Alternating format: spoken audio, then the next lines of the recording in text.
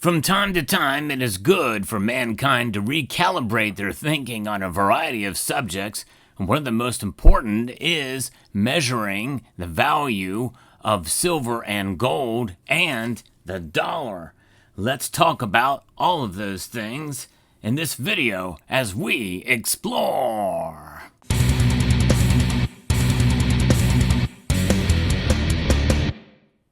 Sometimes it's good to take a step back, myself included. It's so easy to get fixated on this, the dollar. It really is at the center of all of our thinking, even when we're talking about precious metals. But in this video, we're going to kind of put away some of the myths and talk about some of the facts regarding measuring inflation, and in a sense that will give us a better understanding of the value of gold and silver. And this is a piece from Patrick Carroll, which I think really gives us some insight as to a whole new perspective, a paradigm shift of thinking, if you will, about where we are with the dollar, with inflation, and how it's measured, and how we really should be thinking about inflation as the causation rather than the effect of what policymakers do, and the Federal Reserve and politicians. I want to thank Summit Metals for sponsoring the channel. They've got some great customer service, excellent fast shipping of their products. Check out summitmetals.com. One of the most rudimentary topics in mainstream macroeconomics is inflation, specifically the different methods of measuring inflation, such as the consumer price index and the producer price index. These concepts are taught in practically every introductory macroeconomics course, and they play a central role in policy discussions about the economy. So one noteworthy but often overlooked aspect of this topic is the specific terminology of measuring inflation. I've had some debates with several in this community about it. They didn't seem to quite get what inflation really is and how it should be measured. And I think that's part of the confusion for how these numbers are pulled together, an aggregate of different measures. And that is where some of the confusion could come into play, especially when we're talking about tariffs and how tariffs can be inflationary. But it's taken for granted. And the popular economics model is talking about these numbers and how they are doing it, and how they are measuring it, especially in different regions, especially with the 12 different central banks, which is where the data are pulled from. That's the different letters when you see on your bills there. And this one here happens to be a bill out of Atlanta, Georgia. And so that is the way that we kind of measure. We've taken data from all the different districts, the 12 different districts of the Federal Reserve, and they compiled these numbers. The language has become commonplace, so commonplace that economists rarely question whether it's appropriate. But Austrian economists have long taken issue with this seemingly innocuous terminological choice, and for good reason.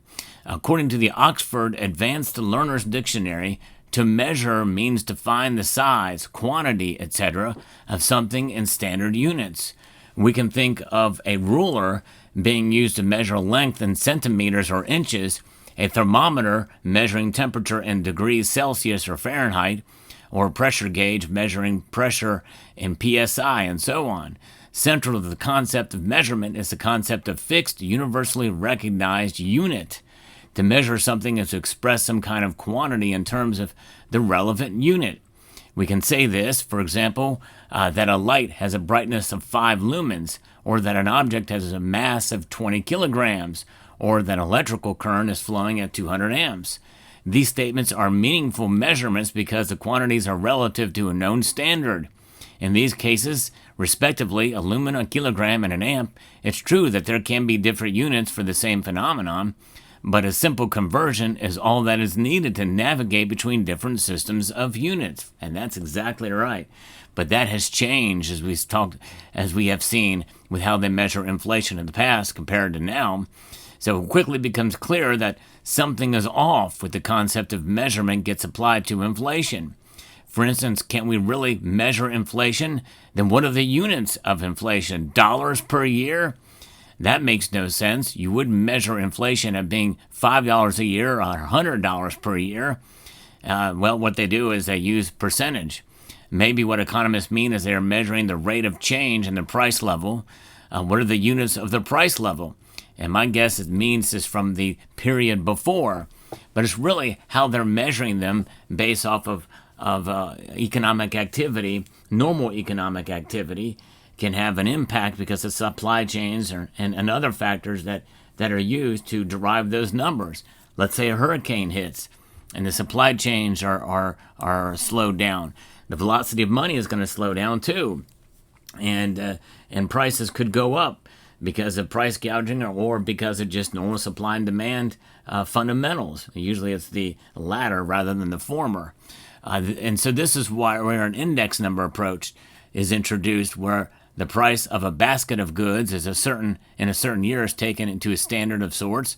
But as Mises, this is Ludwig von Mises explains, this is this gentleman right here on this silver round, and he says in human action that it really a measurement in the proper sense of the word. That the basket of goods is not such. This pretentious solemnity which statisticians and statistical bureaus display in computing indexes of purchasing power and cost of living is out of place. These index numbers are at best rather crude and inaccurate illustrations of changes that have occurred. In practical life, nobody lets himself be fooled by index numbers. Nobody agrees with the fiction that they are to be considered as measurements. Where quantities are measured, all further doubts and disagreements concerning the dimensions cease. These questions are settled.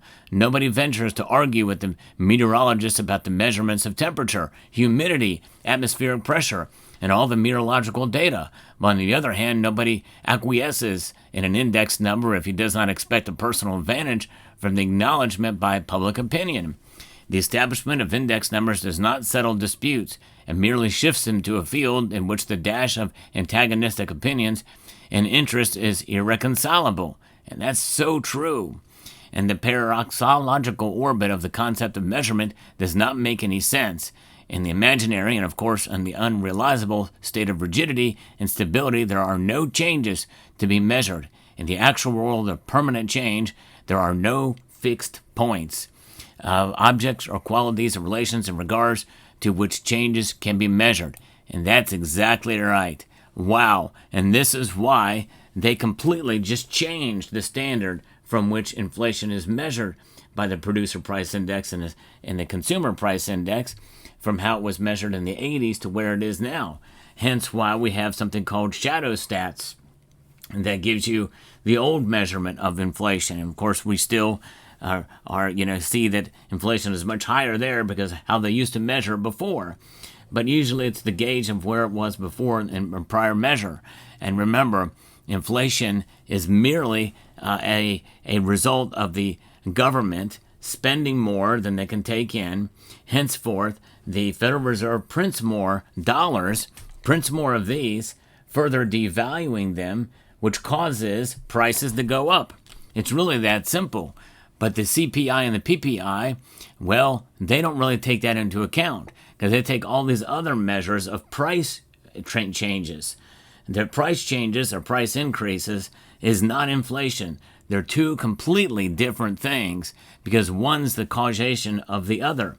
There are many different things that can cause prices to go up, inflation being one of them, and the most egregious because it's a hidden tax on us all. I think the more people that understand that will give you a whole new understanding of the value of gold and silver. I'm going to get into that in a moment. When statistics generate the CPI or PPI, they're not taking out the economic equivalent of a ruler or measuring something. They're simply manipulating the data according to a set of these arbitrary procedures. So if the arguments against the measurement terminology are so decisive, why has it continued to stay in vogue for decades? Perhaps the answer is that no suitable alternative has been proposed. It's hard to ditch a useful term even if it's wrong, if you have nothing to replace it with. All they can do is just change the standards, and they did that. How they used to measure, how they measure now compared to how they have done in the past. So that is what's happening there. And it's a very interesting piece here, and I think it gives you some insight because when you understand what the value of something is, it really puts price into perspective. See, price is a measurement of these. This is a temporary currency. In fact, it's a dying currency.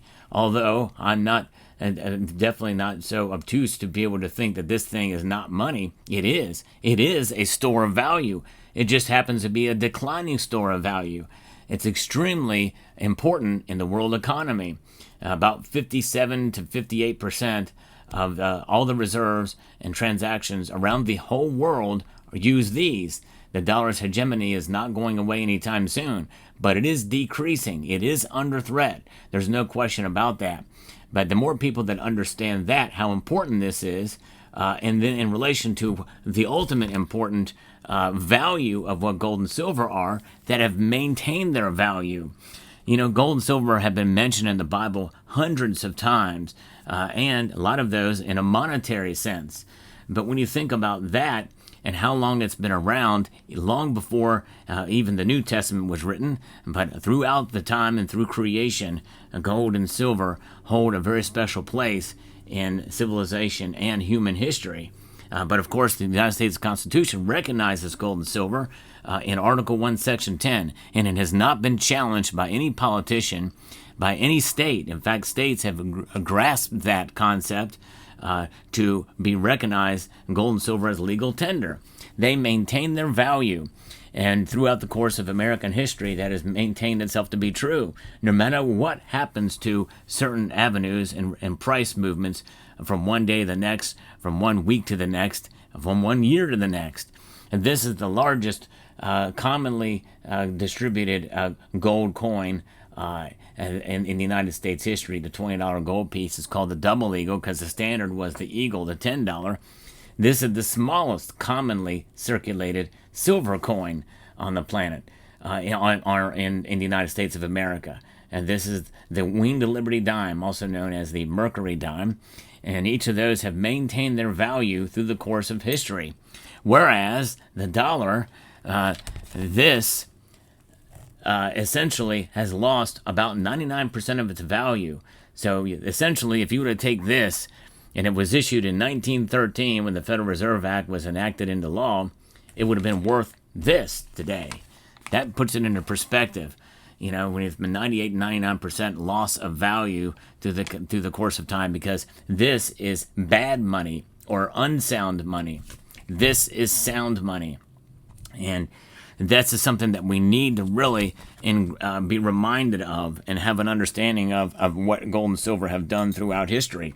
No matter what policies are put into place, no matter what kind of manipulation that may be happening in the markets, no matter what kind of volatility that occurs with geopolitics and domestic politics around the country or around the world, gold and silver maintain. And it's really the bottom line. They maintain their value. And to me, that is more valuable than most everything else that we find ourselves that we can touch and we can hold and we can utilize. They don't erode or go away. I mean, I guess you can rub a Mercury dime down to just a slick coin, and no problem. And of course, you can ding a gold coin, and they can be wore down as well too.